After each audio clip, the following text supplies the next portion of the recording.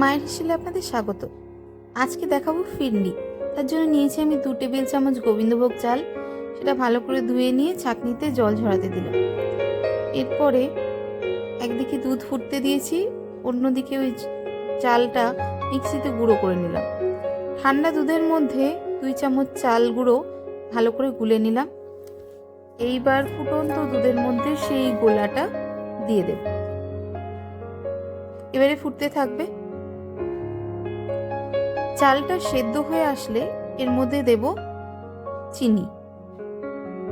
চিনি দেবেন আপনাদের স্বাদ মতো, যে যেভাবে মিষ্টি খান সেরকম।